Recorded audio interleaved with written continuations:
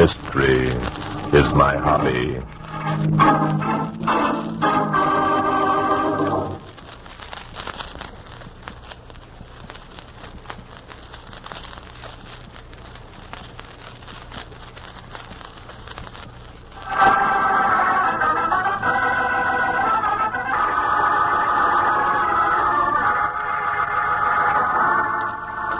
Today's story took place a year ago this Christmas Eve. Inspector Noah Danton and I had gone up to Boston to attend the famous carol-singing festivities at Beacon Hill. Come on, Inspector, let's hurry along. There'll be several thousand people on the hill. We don't want to miss anything. Okay. I'm walking as fast as I can. Say, Bart. Yes, Inspector. Is it true that folks who live on Beacon Hill leave their shades up and their doors unlocked on Christmas Eve? Yes, it certainly is. Why? Why? The Christmas spirit, Inspector. The spirit of goodwill toward men and peace on earth. Didn't know that Bostonians were so trusting. I beg your pardon. Uh-oh, I stuck my foot in at that time. You certainly did. You were born somewhere around Boston, weren't you, Bart? Yes, in a little town called West Medway, about 25 miles out in the country. Never heard of it. A group of us used to come in every year to hear the carol singing at Beacon Hill on Christmas Eve, Inspector. Oh, those were the days. And me? I was born in Brooklyn. We always figured Boston is sort of a small town. It's going to be good to see it all again. The carolers, lighted windows, the bell ringers. Chicago, Philadelphia, Atlanta, all the other small towns. The bell ringers? What in the heck are they? A group of people dressed up in bright red costumes and move from house to house ringing their bells and singing, Inspector. It's a very old tradition. I'm surprised you haven't heard of it. That's a funny thing about Bostonians. What's that, Inspector? They worry a lot because their traditions don't get around more. I see what you mean, Inspector. Well, here we are, Charles Street. Hey, watch the lights, Inspector. Oh, don't worry about me. I've seen a traffic light before. Don't act like it. Surprised to find anything so modern in Boston, though. Listen, Inspector.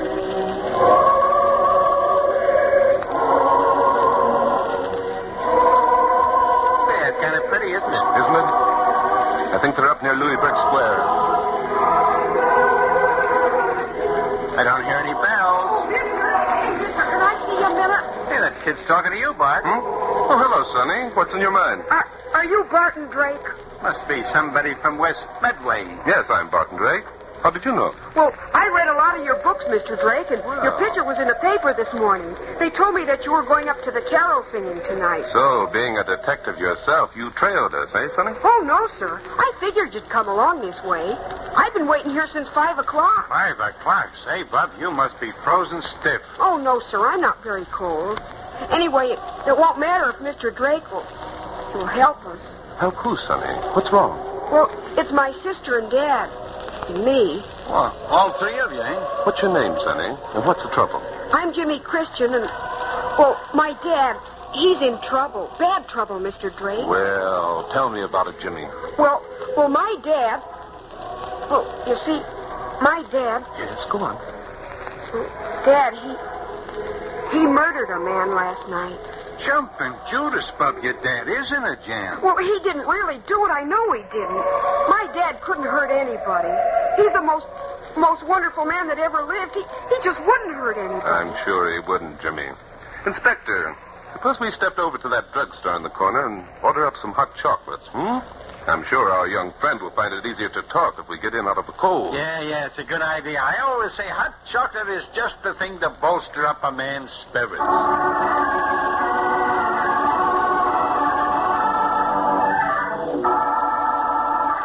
Good, eh? How about another, Jimmy? Oh, no, thanks, Mr. Drake. Gee, that was swell. Maybe we ought to have a slug of soda pop or something. Jimmy looks to me like a man whose eyes are getting bigger than his stomach, Inspector. Well, I guess I did eat more than I should. You see, Dad hasn't worked for a long time, and, well, not much, I mean, since Joe was killed in Germany. I don't blame Dad, though. He and Joe were sort of important to each other. I see. Was Joe your brother, Jimmy? Yes, sir. He's a lot older than me, though, and then there's my sister Mary. She's older, too. So you and your dad and your sister live together, eh, Bob? Yes, sir. Tell me, Jimmy, your dad's sick, Well, sir, sort of. I mean, he is a lot of the time. You see, after he heard about Joe, well, you see, Dad's got some friends that he meets at a place called Harry's Bar. So that's it. Inspector. Huh? All right, Jimmy. Now, you tell us what happened last night. Well, sir, Dad was with some of his friends until kind of late, and then he started home alone. At the corner of Beacon and Gloucester Street, there was a man... Someone jumped him, eh? Yes, sir, that's it. And I guess they had a pretty terrific fight. And your dad killed the other man, Jimmy? I guess so. It was in the papers this morning. What was in the papers? That a man was found on Beacon Street near Gloucester, and he was pretty well cut up, too. Police figure he was hit by an automobile. Do they know who the man was, Jimmy? No, sir. They hadn't found out this morning, anyway. And nobody knows that your dad was in the neighborhood except you and your sister? Huh? No, sir. Well, then, for crying out loud. But your dad is quite sure that the dead man is the one he had the fight with. Oh, yes, sir. He says he's committed murder and he's going to give himself up to the police. He says that's what Joe would want him to do. He says he could never live in peace having a murder on his mind. It's too bad all murderers don't feel that way. I could retire. Jimmy, has your dad been to the police yet? No, sir. Mary and I made him promise he'd wait till after Christmas. We know he didn't do it, sir. Well, Dad just couldn't kill anybody. And then you read in the papers about Barton Drake. Oh, I read about you, too, Inspector Danton. Is that a fact? Well, well. What did it say, huh? Was my picture in the paper, too? You know very well it was, Inspector. You bought at least a dozen copies. Oh, now, Bart, let the boy talk if he wants You to. can ask him to tell you all about this later, but right now we've got more important things to talk with Jimmy about. Do you mean you'll help Dad, Mr. Drake? Oh, boy, Now, wait a minute, Jimmy. Let's not jump to conclusions. Perhaps we can't help at all, but I think we can go out and have a talk with your dad.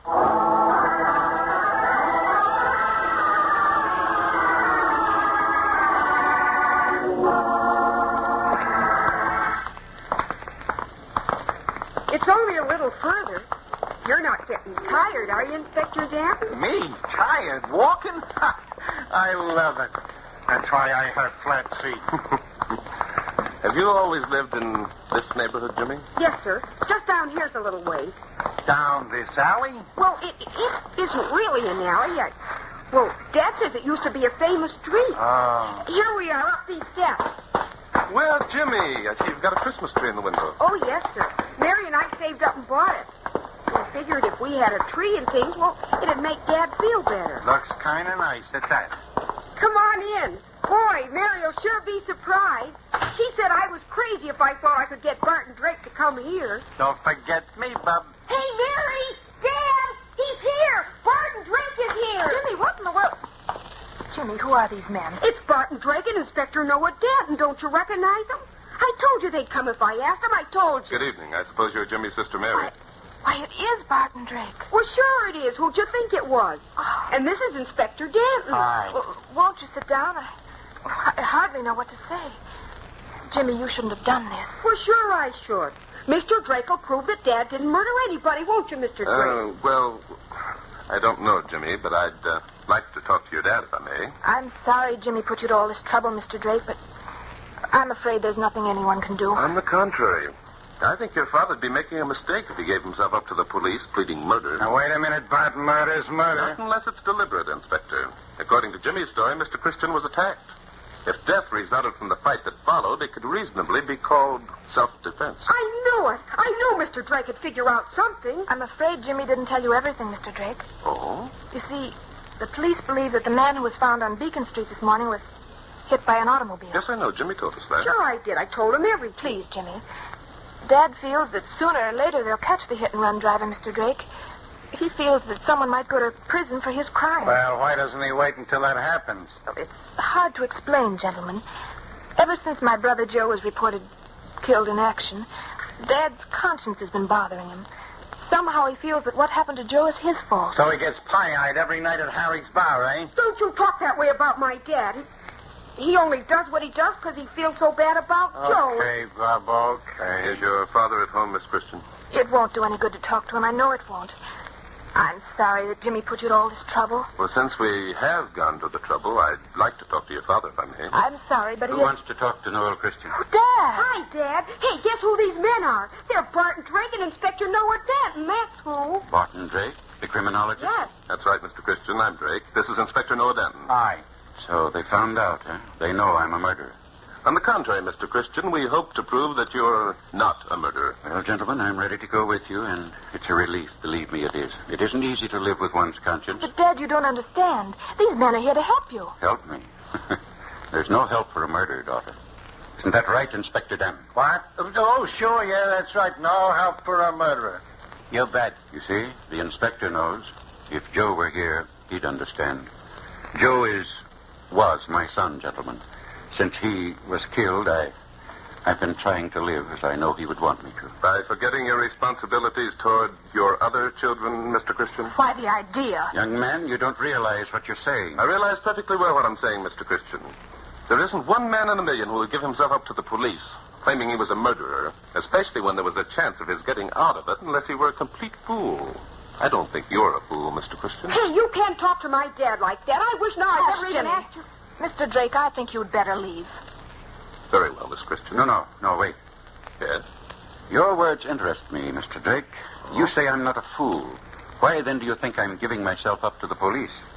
I think you're affecting a pose, Mr. Christian. A pose? Yes. Please understand, this is only a theory of mine. Frankly, the moment I saw you, I lost interest in what first appeared to be an interesting case. Go on, please. I can sympathize with your grief over the loss of your son, Joe, but I cannot sympathize with the cowardly way you have pressed the burden of your grief on your two other children. What do you mean? Just this. You attempted to drown your grief in drink. Possibly you lost your job as a result. You were forced to move into this squalid neighborhood. Then you became ashamed of your weakness, and pride forced you to use Joe as your excuse. Is that all? Well, Mr. Christian, that's only a beginning. You felt that sooner or later, Mary and Jimmy would begin to question this grief of yours. So last night, you were attacked.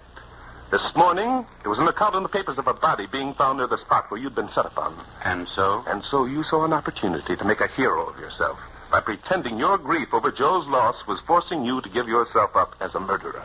You don't think I am a murderer, then? Nor do you, Mr. Christian. You feel confident in your mind that the police will laugh at your confession. On the other hand, you will have gained the adulation of your son and daughter, who will continue to worship and support you. That's a pretty harsh accusation, Drake. Yes, the truth is most always harsh, Christian. You're a weakling and a coward, man. Your only salvation lies in yourself, not in... What's that? I'll go, Dad. It's a policeman. That's right, my boy. A policeman looking for a Mr. Lord Christian. Oh, no. I'm Christian. What do you want? It is a pity what I wanted this Christmas Eve, Mr. Christian. Well, go on. Speak up. What is it? Well, sir, it seems, Mr. Christian, there was a barroom brawl at Holly's bar last night. You were there, were you not, Mr. Christian? Well?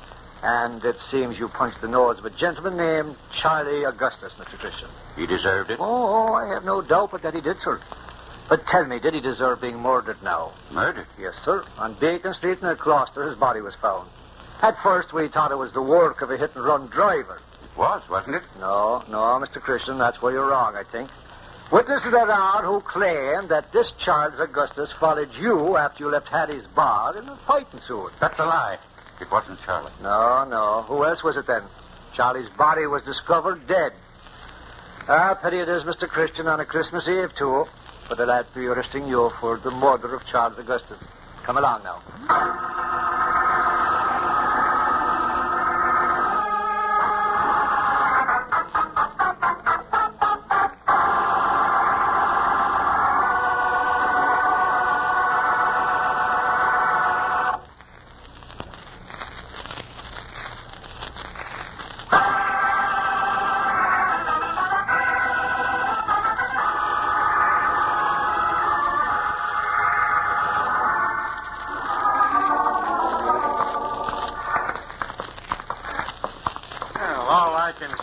But this is a heck of a way to spend Christmas. Sorry, Inspector.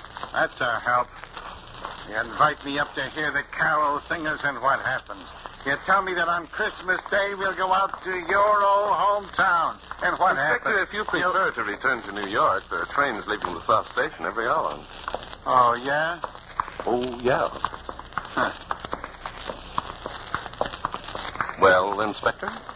What do you mean, well, Inspector? Are you returning to New York, or are you sticking on the job? Sticking on it. You're a cute kid. Ha, ha, ha. Inspector, you're terrific. I knew you wouldn't desert me. Oh, you did? Yeah. Well, don't think for a minute that I'm giving in. Don't think that of course not, Inspector. Well, here we are. Here we are where? Harry's bar. Come on, let's go in. I don't know what you expect to find in here. Well, the joint's empty anyhow. Yes, I see it is. However, since the door was unlocked, Here's someone. Oh, morning, gents. Merry Christmas. What'll it be? Good morning. Nothing to drink, thanks. Are you, Harry? Yeah, I'm Harry. How'd you know? I never seen you before. Wait a minute. You do look kind of familiar. The guy must read the papers. I'm Barton Drake, Harry. This is Inspector Noah Danton. Hi. Hi. Drake, huh? Oh, sure, I remember. Now your picture was in the Herald the other day. Oh, mine was there, too. Was it? Yeah. I didn't see it. Huh. We're investigating a murder, Harry, and we thought that perhaps you could help us. A murder, huh? Who got that name? A man named Charles Augustus. Do you know him? Charlie? Oh, I'll say I do. He was a troublemaker, always starting fights. Couldn't hold his liquor. Who knocked him off? We don't know yet, Harry.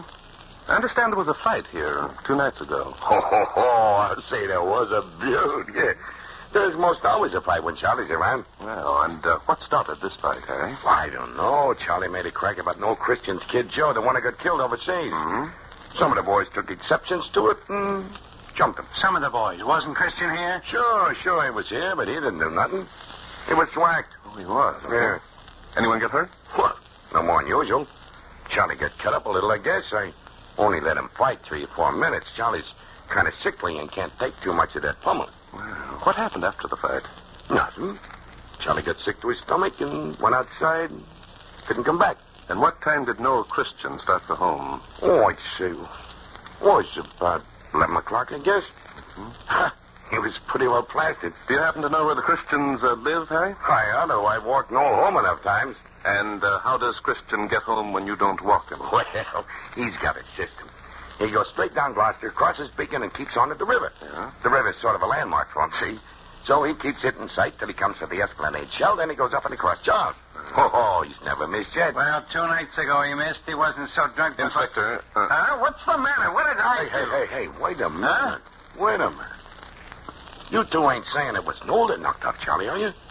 That's a hot one. Noel wouldn't hurt a flea. Everyone knows that. Look, you don't think that Noel really murdered Charlie, do you? No, Harry, as a matter of fact, we don't. In fact, we're sure he didn't. Come along, Inspector. We're going to have a talk with Officer Clancy.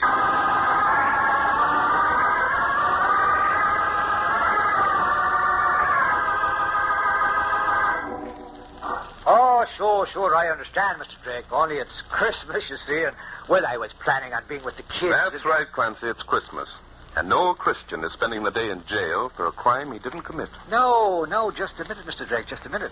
There was a man who seen Christian coming along Gloucester Street and recognized him. So what? He didn't see Christian murder anyone, did he? Well, sir, he seen somebody jump on Christian, and it was me who discovered Charlie's body later on while I was doing my regular beat. And since you learned there was a fight at Harry's bar earlier in the evening, you assumed that it was Charlie who attacked Christian, is that it? Well, sir, knowing that the fight was about Christian's son Joe, now, wouldn't you assume... We'll ask the questions, Clancy, me boy. Clancy, in your report, you stated that you discovered Charlie's body on Beacon Street around the corner from Gloucester. Is that correct? Yeah, that's correct, sir. Would you mind coming with us and pointing out the identical spot where you first saw the body? Well, sir, you see, it being Christmas and I know it's Christmas. Now, look, either you'll come along or I'll get in touch with your boss, who happens to be a friend of mine. And Well, under those circumstances, sir, I'll come.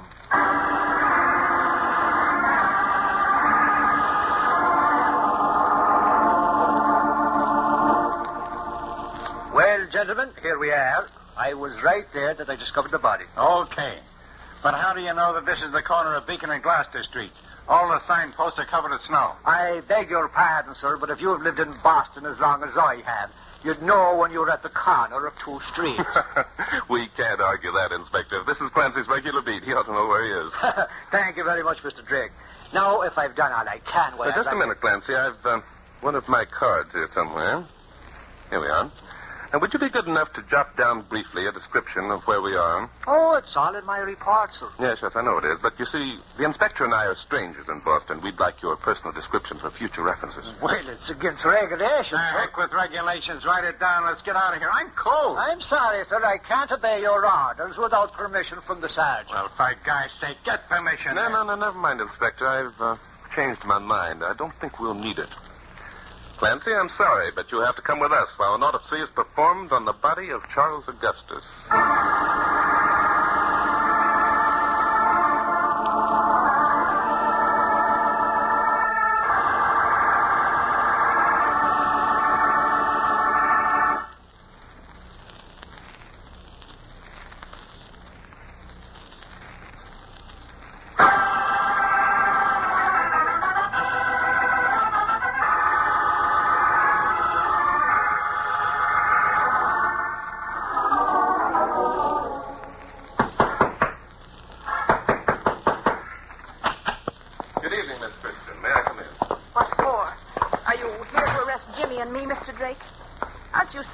With what you've done. I'm sorry you feel that way, Miss Christian. I assure you I'm here this time for a very different purpose. Hello, Jimmy. Hello. Well, not a very cheerful atmosphere for Christmas night. What do you expect?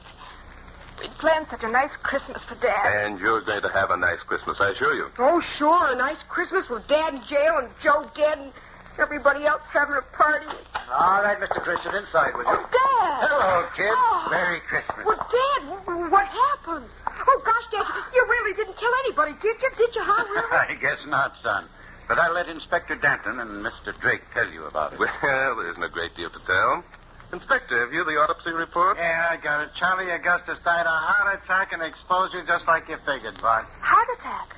But I thought it was... See, your father wasn't sure that the man who attacked him was Charlie Augustus, Miss Christian. Oh. It was reading about his death in the paper the next morning that gave him the idea. Oh, Dad. I'm sorry, Mary. The things that Mr. Drake said about me last night were the truth. I saw a chance to make you kids Well, think... what of it? Doesn't make any difference now that we know you didn't murder anybody. Thanks, son. Things will be different from now on. Losing Joe was kind of hard to take. Yes. There's a lot of fathers in the same spot, Christian. They all find it hard to take. But somehow they do take it, and it's that sort of spirit that makes heroes out of chaps like Joe. You're right, of course. I know it now, and things will be different. Oh, Dad, it's just as though Joe were here. As though he heard you and was grinning at us and saying, "That's swell, Dad. Merry Christmas." Hey, wait a minute. How did you know it wasn't Dad who murdered Charlie Augustus, Mr. Drake? How'd you find out them things? Well, it wasn't very hard, Jimmy. Harry, the owner of the bar, told us that your father didn't take part in the fight. And he also told us that Charles Augustus was sickly. So we had an autopsy performed to determine the exact nature of his death. Well, sure, but how did you know? How did you guess? Don't ask him how he guessed, Bob. Drake never guesses. Go on, Bart, tell him. No, I think I'll let Officer Clancy do the honors. How about it, Clancy? Well, no, sir, that kind of puts me in a spot. Was no fault of mine, I'll have you know. I thought it was a hit-and-run drive when I first found the body. Then my report was all handed in, and if Inspector Danton hadn't squared things with the sergeant, I'd been in a fine fix. But what happened? Why would you be in a fine fix? Well, miss, you see, it was like this. It seems that your dad there had a system of coming home. He always walked straight down Gloucester Street to the river, so he did, which was something I didn't know at the time. Come on, get to the point. Well, so you see, the signboards were covered with snow, so I couldn't see how to spell the name Gloucester. Gloucester's a stickler to spell, and, well, me being a poor speller anyways, thinking that it was the work of a hit-and-run driver, I said to myself, says I, 'twould make no difference now if I just lugged this body around the corner to Beacon Street, which is a first-class easy one to spell, says I. So that's the reason. And because the body was found on Beacon... And Dad came straight down Gloucester. Well, I'll be a whiskerless Santa Claus. Gee, holy gee, this is swell. This is the swellest Christmas we ever had. Oh, it certainly is. Listen, everybody, let's sing Christmas carols. That's the ticket. Can anyone play the piano? Can anyone play the piano? The inspector's practically a genius with the ivories. Come on, Inspector, strike up a carol for us. Now, Oh, Bart. please, Inspector. Oh, come on, Inspector. It's Christmas. Okay, you talked me into it. What'll it be, everybody? How about Hark the Herald Angels Sing? Yeah, and it came upon the midnight clear. Children, we thought this was going to be such an unhappy Christmas. Let's sing, Oh, Come All Ye Faithful. Oh,